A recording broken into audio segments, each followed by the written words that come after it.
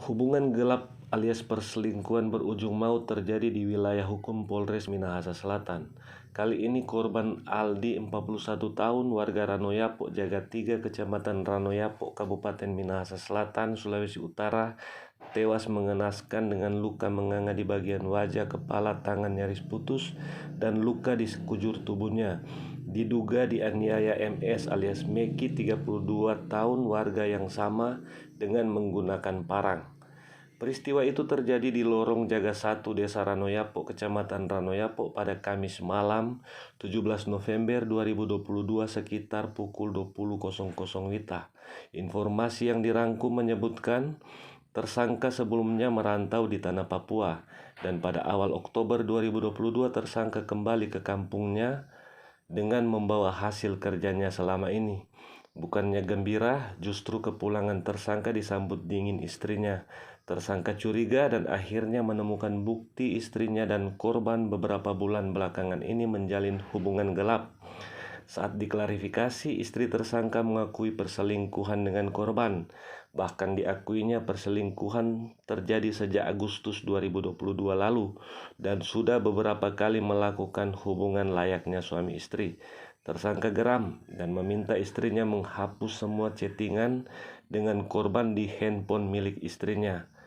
Puncaknya terjadi Kamis malam sekitar pukul 20.00 WITA. Selesai ibadah, korban pulang ke rumahnya. Setelah itu bermaksud mengambil kopi di rumah orang tuanya dengan menumpangi sepeda motor temannya menyusuri lorong Jaga 1 Desa Ranoyapo. Tanpa sengaja bersua dengan tersangka. Posisi tersangka berada di depan korban. Saat tersangka melihat ke arah belakang, dia melihat korban. Tersangka langsung mengeluarkan parang dari pinggangnya dan langsung mengejar tersangka. Korban pun langsung turun dari motor, berbalik dan melarikan diri. Namun baru beberapa meter korban terjatuh. Saat itulah tersangka melampiaskan kemarahannya dengan berulang kali menganiaya korban. Akibatnya korban mengalami luka menganga di bagian kepala belakang, wajah, lengan nyaris putus, dan luka di sekujur tubuhnya. Usai melakukan penganiayaan, tersangka langsung menyerahkan diri ke Polsek Ranoyapo. Kapolsek Minsel AKBP C. Bambang Harlianto SIK melalui Kapolsek Ranoyapo Ibtu Dedi Matahari SH membenarkan kasus tersebut. Sementara itu, dalam konferensi pers Senin 21 November 2022 di lobi kantor Satuan Reserse dan Kriminal Mapolres Minsel, dipimpin Wakapolres Kompol Edi Saputra SIK, didampingi Kasihumas AKP Mulyadi Lontaan dan Kasat Reskrim Ibtu Leslie Lihawa SHMKN menjelaskan motif aksi tersebut lantaran tersangka tersulut cemburu, diduga korban mengganggu istri tersangka. Ini tanggal 17 November kira pukul 20.00 WITA, LP-B-35-Romawi 11 2022 SPKT Sektor Ranoyapo.